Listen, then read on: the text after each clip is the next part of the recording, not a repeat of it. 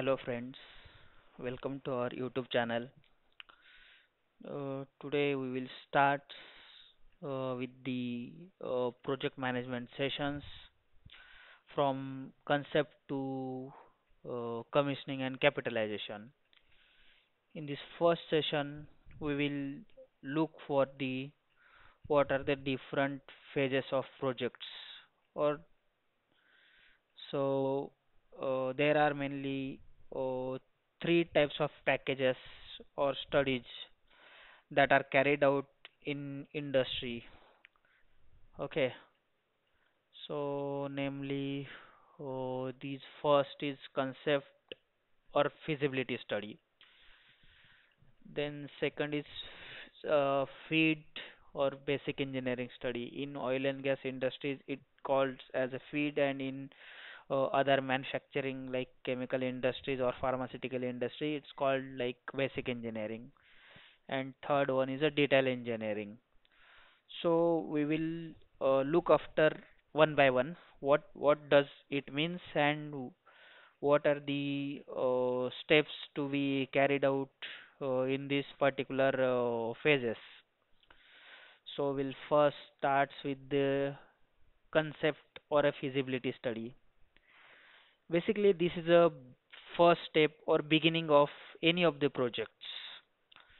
So before investing uh, some amounts or capex in any of the new projects that may be in industry or oil and gas sector or manufacturing sector, the company needs to ensure that they work on the feasibility studies. Like first, in feasibility, there are different types of feasibilities, like location feasibility, then business feasibility.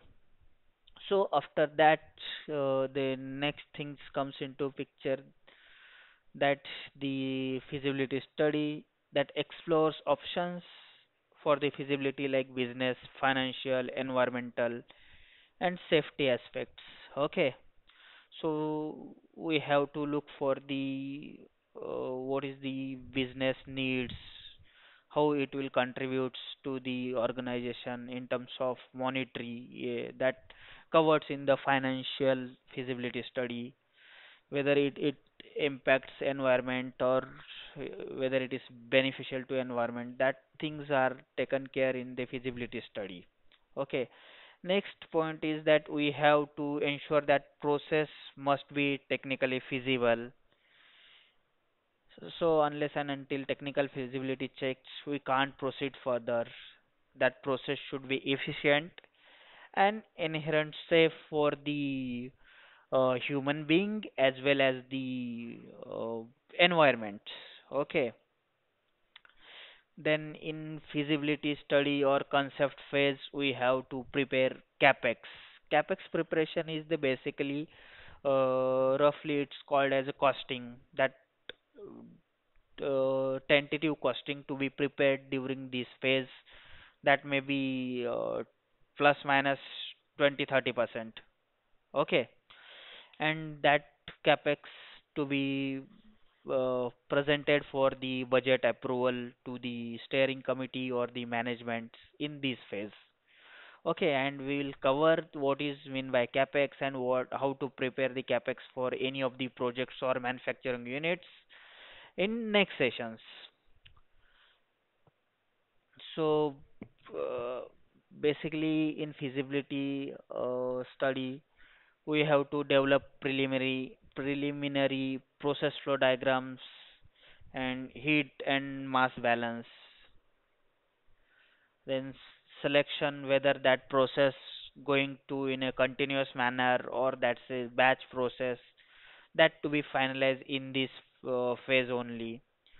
Then another topic to be checked during that feasibility phase is to decision on make or buy option. Make or buy means whether that's to be manufacturing through our projects or that needs to be like toller.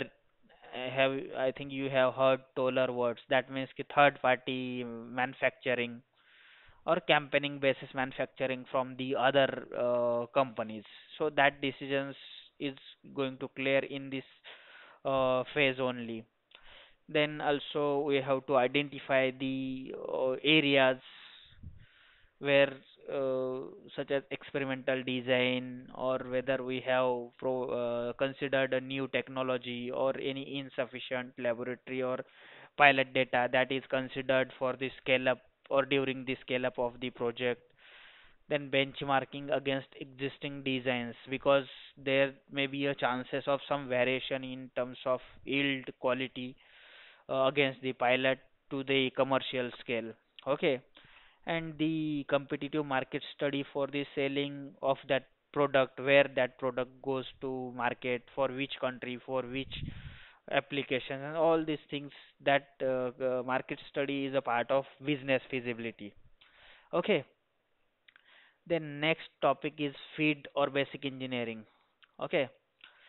So feed or basic engineering is the topic where feed means the front end engineering design, and it is followed by the conceptual design or feasibility study. And this basic engineering or feed is focused on the both the technical as well as the commercial aspect of the projects, and that is the basis for the detail engineering package. Okay, we will discuss what are the things to be covered during the basic engineering package or phase. We will discuss one by one. That feed or this focus on the both technical and commercial aspect, as I already explained. Then that includes the preparation of equipment list or line list. Equipment list means how many numbers of equipment, type of equipments, whether that is reactor, then its design temperature, operating temperature, like all parameters to needs to be identified and mentioned in the equipment list. Okay. Then its sizing, make, and all the things are part of equipment list. And same for the line list, how many number of lines, critical lines, what is the MOC, line number, then pressure rating or operating parameters for these line material of constructions, whether it is CS, SS or other, whatever it may be, metallic, non-metallic, its pressure rating, and all this data is mentioned in a line list. And we will cover all the topic equipment list, line list in separate sessions. In this, we have to finalize the process design basis. That means what is the basis for the designing of the plants, uh, how much capacity we are considering for the designing of the plants. Like suppose we are going to create a new facility for 1000 TPA of the XYZ product. So that is our design basis based on the batch cycle time, and we consider the equipment sizes and all these things. Okay. Then next is preparation of material and energy balance. That is part of basic engineering. We have to do the mass balance calculations, how much is the inputs, what are the different input streams, then recycle, then what would be the output generation, or how much energy is required, whether that reaction is endothermic, exothermic, uh, how much energy is required, what are the different types of utility requirements, and its capacity finalization, all things to be taken care during that basic engineering package. Then operating philosophy, how we are going to operate the plant, whether it is completely automated plant, semi-automation, or it's manual plant. Then if that is automation, then we have to check the control philosophy and safeguarding philosophy. Control philosophy is through the interlocks or seal, and the safeguarding philosophy is defined. in the hazard or safety studies. Okay, then process flow diagrams. We will have to initially prepare a PFD. Basically, it's type of block diagram, or it's a process flow diagram. It shows the how process actually happens from, suppose, from reactor. We are transferring material from reactor to tank, tank to heat exchangers, or that to the distillation column, filtration, or any of the operation, that how much quantity we are going to transfer, and tentative operating pressure and temperature is the part of process flow diagram. Okay, then we have detailed piping and instrumentation diagram, which is called as a PNID. PNID is a detailed representation of the process, how it looks like. That covers the equipments. It's all line with the instrumentation parts, like pressure transmitter, TT, whatever it may be. If suppose one of the reactor, I've just explained, we have 4 5 number of stream inlet to the any of the reactors. That all stream have the instrumentation like on off wall. Then reactors have level switch, level transmitter, pressure transmitter, temperature transmitter. Then bottom flush bottom wall, or either it may be a on off wall. Then utility lines also have control walls and on off walls with the control loop.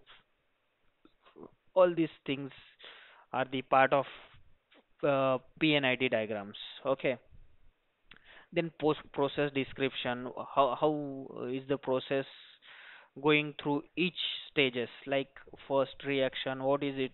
The reaction, how much quantity of the raw materials charged at what temperature, what condition, and at what times. All the details are mentioned in the process description. That like if agitation done, then we have to transfer that material to the next step. But prior to that, we have to check the sample. Then that also covers the sample analysis results, and all these things are part of process description. Okay. Then the process data sheet. We have to prepare the process data sheet for the equipments as well as the instruments. For equipments, like whatever maybe n number of equipments in any of the projects, like number of reactors, we have to prepare the process data sheet for the reactors. Then we have to prepare the process data sheet for the tank, pumps, uh, filtration unit, distillation column, heat exchangers, whatever the mechanical equipments are part of that project. We have to prepare the process data sheet, and we will explain the process data sheets in a separate session. But I just explain you what is the basic things needs to be covered in the process data sheet.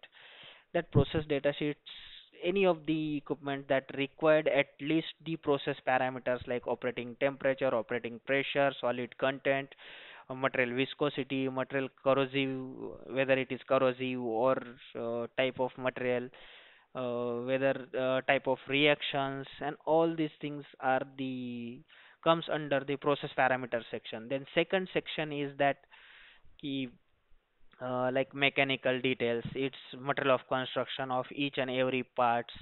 Then nozzle orientations. Then also we have to give the make of the other items like mechanical seal, gearbox, whether that is Knott's gearbox or worm foilies. Then mechanical seal, whether it is Eagle Berman or all these things. Then nozzle schedule, nozzle orientation, nozzle sizes. All these things needs to be covered in the process data sheet. Also, we have to mention the finishing. Then it's uh, like the quality dossier and all these things. Whatever documents required, that needs to be captured in the section of notes for the any of the equipment data sheet. Okay. The rest pending parts we'll cover in the next lecture of continuation in this series. Thank you.